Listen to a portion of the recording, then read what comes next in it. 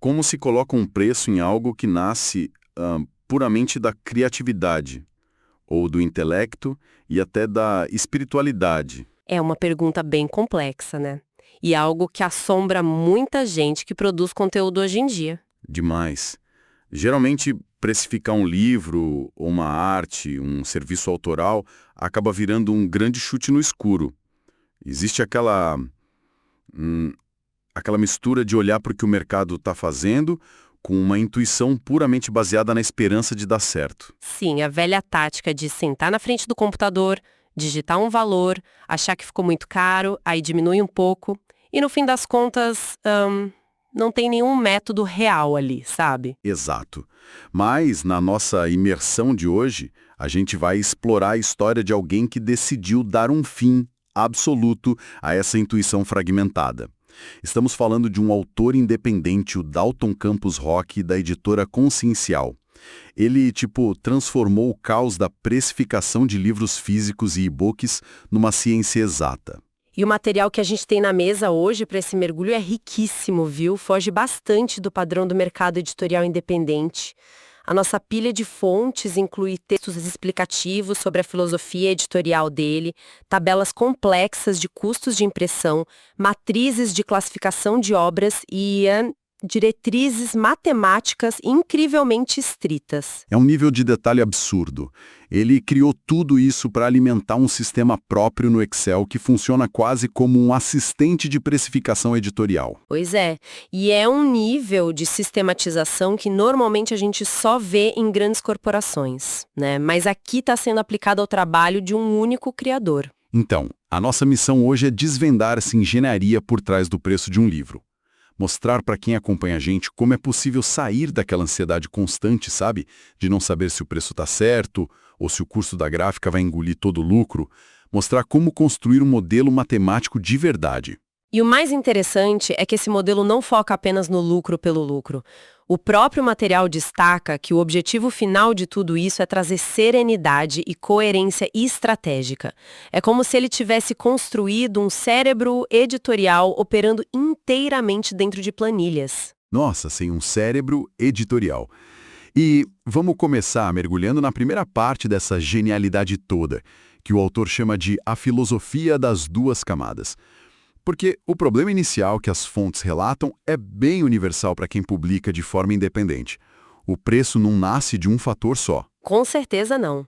E se a precificação for feita só por intuição, ela não pode ser registrada de uma forma lógica.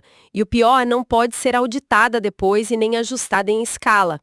Imagina uma pessoa com mais de 40 livros publicados, que de repente decide mudar a estratégia de preços. Vira um pesadelo administrativo, né? Ter que abrir cadastro por cadastro na plataforma, refazer as contas, tudo de cabeça. Exatamente. Abre um por um, calcula de novo. Então, a solução estrutural que o Dalton encontrou para isso foi dividir o sistema dele no Excel em duas grandes abas. Ele separou radicalmente os conceitos. Tá, e como funciona essa divisão na prática? A primeira aba foi batizada de livros. Nela, ficam armazenados apenas os dados imutáveis da obra, ou seja, a identidade bruta de cada livro. Ali você tem o ano de publicação, o número de páginas, o grau de importância estratégica do título, o tipo editorial, as notas da Amazon. Entendi. São informações que nascem com o livro e morrem com ele. Elas não mudam dependendo de como o mercado amanhece ou de como a economia do país está indo. Isso, perfeito. E aí, do outro lado, a gente tem a aba Parâmetros. É ali que a mágica da lógica matemática acontece. É o espaço onde moram todas as variáveis do sistema. Variáveis do tipo taxas e valores flexíveis? Isso, a média de avaliações do catálogo inteiro, os limites para aplicar uma penalidade ou um bônus de reputação, o percentual que o e-book deve representar em relação ao livro físico e os pisos e tetos de preço lá no ambiente digital. Sabe que essa separação de variáveis é o que o pessoal de engenharia de software chama de arquitetura limpa. E é muito raro ver isso aplicado num fluxo de mercado editorial independente. É como se a aba Livros fosse o motor e o chassi de um carro, né? A estrutura bruta. Ótima analogia. E a aba Parâmetros seria o volante e os pedais. É como o autor decide dirigir esse portfólio no meio do trânsito do mercado. Porque ao separar essas duas coisas, o modelo ganha vida. E ganha muita agilidade. Se daqui a 2 anos a política da editora mudar e, sei lá, for decidido que todos os e-books precisam custar exatamente 30% do valor da obra impressa, ninguém precisa abrir dezenas de cadastros. Altera-se uma única célula nessa aba de parâmetros e o portfólio inteiro se reajusta sozinho. É aqui que a coisa fica realmente fascinante. O Excel deixou de ser uma planilha de anotações e passou a ser uma simulação do pensamento editorial em tempo real. Não tem mais aqueles números fixos, tipo um R$ 10 perdido no meio de uma fórmula. Não tem. Tudo puxa da aba de parâmetros. E analisando sobre a ótica da psicologia do trabalho, que é algo muito presente nos textos desse autor, isso evita sobrecarga mental. Uma das diretrizes mais rigorosas do método dele é esconder cálculos intermediários. Esconder como? Tipo, ocultar as colunas? Exatamente. Colunas que servem só como rascunho matemático ficam ocultas na visualização do dia a dia. Deixar visível só o que é estrutural traz uma paz mental absurda. O controle do processo gera aquela serenidade que a gente mencionou lá no começo. E quem trabalha com qualquer ofício criativo sabe muito bem como a parte administrativa pode drenar a energia da pessoa de um jeito brutal. Quando você sistematiza os processos assim, a mente fica livre para focar na escrita e na pesquisa, ao invés de ficar administrando a ansiedade de tentar adivinhar pressos. Com certeza. E essa sistematização fica mais evidente ainda quando a gente observa a matriz de valor que ele construiu nas planilhas. Porque antes de sequer olhar para quanto a loja vai cobrar para imprimir o livro, o sistema define matematicamente quanto o intelecto investido na obra vale. Nossa, isso é muito legal. Ele criou um conceito chamado lucro base, certo? Certo. E para chegar nesse número, pelo que eu vi nas fontes, ele cruza duas variáveis, físicas e editoriais. O tamanho físico do livro e a importância estratégica dele. Isso mesmo. O tamanho é categorizado de um jeito bem pragmático. Tem as obras curtas, com menos de 300 páginas, as médias, que ficam entre 300 e 500, e as densas, com mais de 500 páginas. Já a variável de importância estratégica é uma escala interna criada por ele, que vai do nível 1 ao nível 4. Para ficar bem visual para quem está ouvindo a gente, imagina uma obra que ele classificou como nível 1 e que é curtinha, menos de 300 páginas. A matriz determina que o lucro base do autor para esse formato tem que ser, digamos, R$ 10. Uhum. E aí, se a gente pegar o extremo oposto, um tratado super profundo que seria um livro de nível 4, com mais de 500 páginas, a matriz já estipula um lucro base de R$ 75. É uma valorização muito clara do esforço, da pesquisa e da densidade do material. E o mais doido é que o cálculo ganha ainda mais camadas com os multiplicadores de conteúdo, porque não é só o tamanho e a importância. Ele categoriza o próprio conteúdo em tipos, né? Sim, e essa é uma das partes mais originais da metodologia dele. Ele classifica o trabalho em tipos fundamentais representados pelas letras C e E. O tipo C significa consolação ou mensagens. Que seriam aquelas obras mais reflexivas, poéticas, de leitura rápida, feitas para confortar quem está lendo. Exato. Para essas obras, o sistema aplica um multiplicador de 1.0. Na prática, isso quer dizer que o valor base não sofre alteração. O financeiro fica sendo exatamente aquele que saiu do cruzamento de páginas com a importância. Tá, mas aí entra um contraste bem forte quando a obra cai na classificação do tipo E, que significa esclarecimento ou técnico. Aqui entram as obras filosóficas pesadas, os manuais de práticas e estudos aprofundados. Esse tipo de conteúdo valoriza muito o material, porque exige um grau de elaboração e tempo de pesquisa consideravelmente maior. Então, para o tipo E, o algoritmo aplica um multiplicador de 1.2. Caramba, então a obra recebe um aumento automático de 20% no lucro base só pela natureza instrutiva dela? Só por isso. E além desse multiplicador, as fontes mostram que tem também um fator de reputação, que funciona como um bônus ou um ônus dinâmico no sistema. Eu vi isso. O sistema analisa a idade do livro e a quantidade de avaliações que ele tem na Amazon. Ele chama isso de robustez da obra, né? E, a partir desses dados, a planilha gera um bônus ou penalidade de até 15% no preço final. Sim, mas claro, sempre com tetos e pisos muito rígidos lá na aba de parâmetros para a matemática não enlouquecer e gerar preços absurdos para o consumidor. Mas se a gente conectar isso com o quadro geral, fica claro que o preço aqui não é sobre o custo do papel ou da tinta. É um reflexo direto do peso intelectual e espiritual da obra. E traduzir esse valor abstrato de um conteúdo literário em multiplicadores matemáticos é um exercício de autoconhecimento editorial muito forte. Só que esse lucro planejado do autor não flutua num vácuo, né? Ele precisa, em algum momento, colidir com a realidade dura das empresas de impressão e distribuição. Sem dúvida. E aí chegamos na fase onde a planilha tem que lidar com os custos reais. O material cita bastante duas plataformas principais usadas para impressos, que são o Clube de Autores e a Wiclap. O grande desafio do autor independente é que o lucro dele tem que ser somado ao custo de impressão dessas empresas. E é exatamente nesse ponto que as fontes trazem uma revelação matemática que eu achei fantástica. O autor simplesmente relata ter decifrado o algoritmo interno de precificação do Clube de Autores. Esse detalhe é o coração de como o sistema dele se comunica com o mundo exterior. Muita gente comete erros enormes na hora de tentar prever taxas de plataformas porque usa a fórmula clássica do varejo. Como assim, a fórmula clássica? Explica pra gente. A lógica comum que as pessoas usam é a seguinte: se a plataforma diz que cobra uma taxa de 20%, a pessoa pega o custo de impressão, soma o lucro que quer ganhar e divide esse total por 0,80. Parece certo, né? Parece a lógica básica de margem de contribuição. Só que o problema é que, ao fazer isso, o Dalton notou que sempre rolavam distorções de centavos ou até de reais quando ele jogava o número final no site da plataforma. Isso obrigava ele a ficar num processo muito frustrante de tentativa e erro, mudando o valor na mão até o site mostrar o preço final que ele realmente queria. Tá, vamos desempacotar isso com um exemplo prático para ficar bem claro.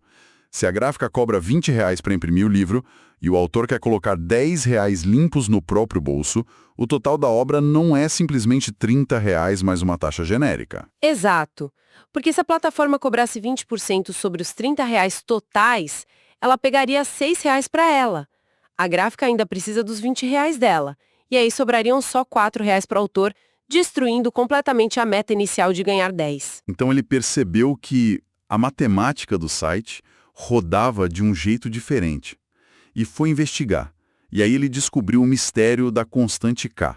Ele fez uma verdadeira engenharia reversa. Rodou várias simulações numéricas até chegar no modelo linear que funciona empiricamente.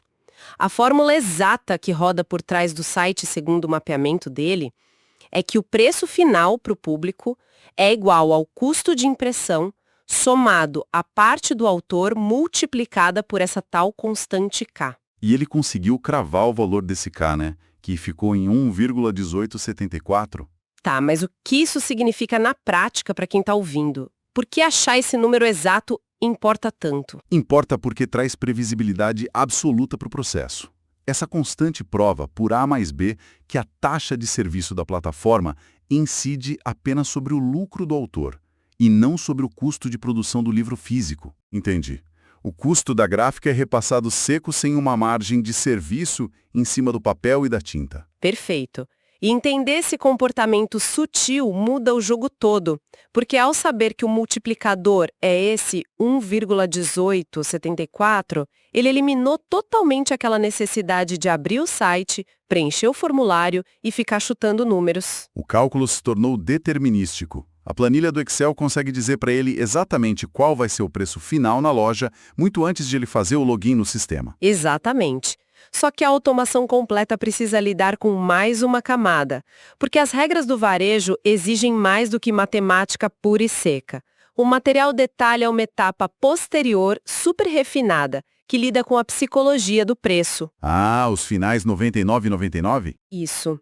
Porque mesmo que você ache o preço matemático exato, usando a constante K, o resultado final pode ser um número visualmente bem estranho para o consumidor.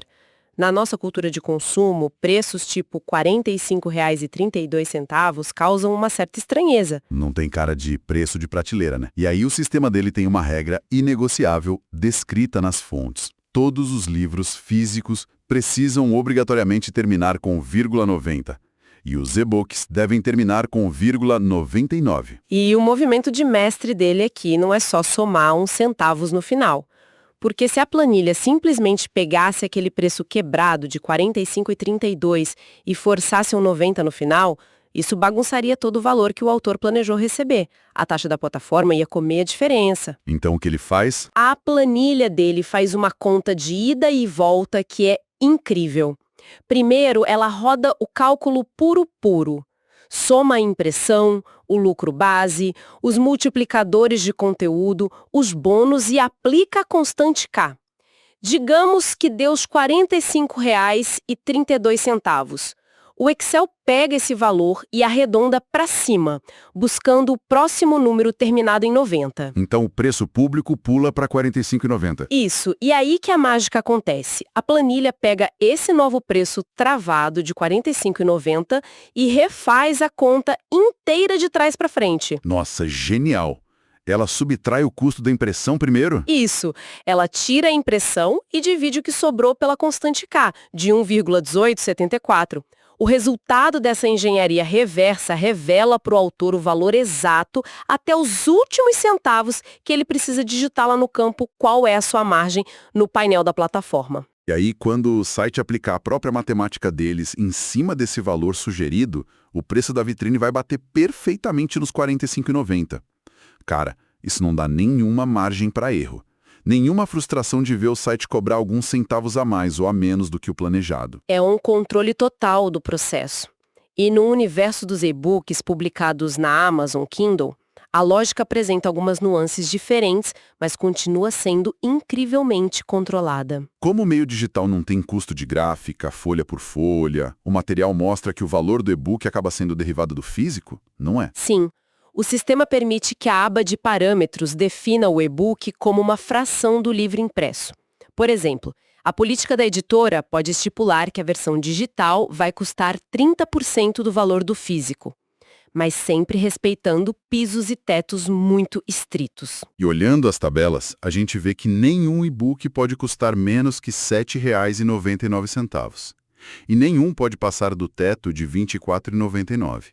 Isso para não perder competitividade, já que o leitor digital tem um limite de preço bem mais baixo. Exato. E tem um detalhe muito curioso para e-books. Alguns deles são tabelados pelo peso do arquivo em megabytes. O algoritmo chega a cruzar o nível de importância da obra com o tamanho do arquivo digital. Imagina a precisão disso. E se a conta passar do teto? O sistema barra.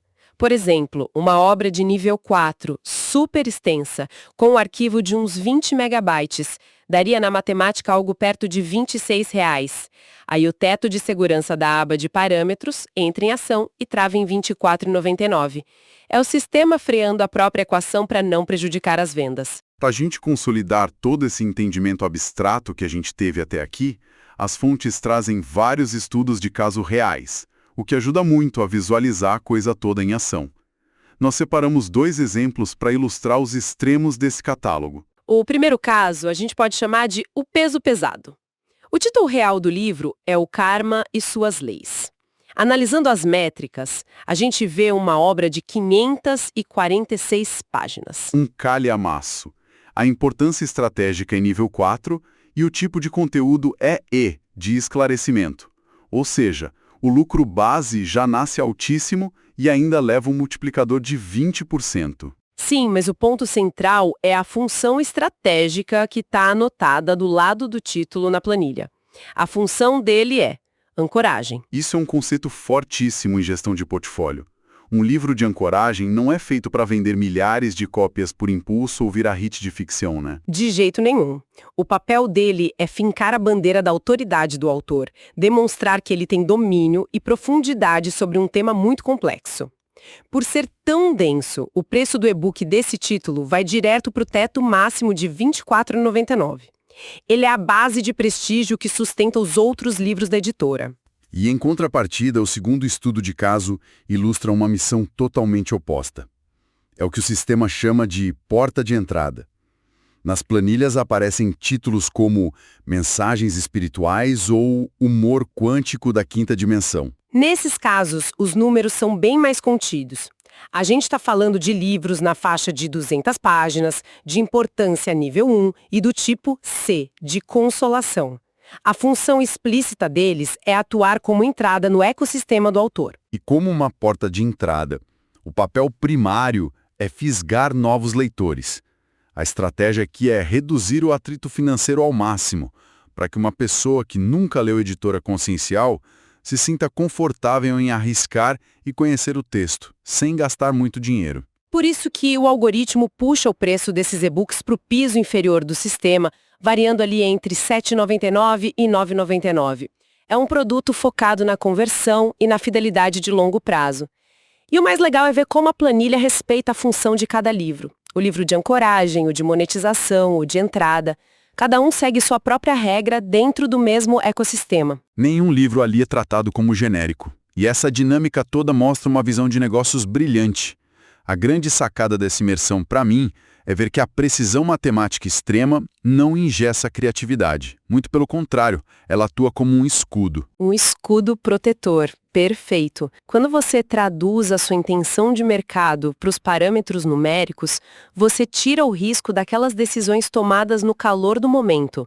Num dia de insegurança, o autor poderia achar que o livro de nível 4 está muito caro e baixar o preço por impulso, desvalorizando anos de pesquisa.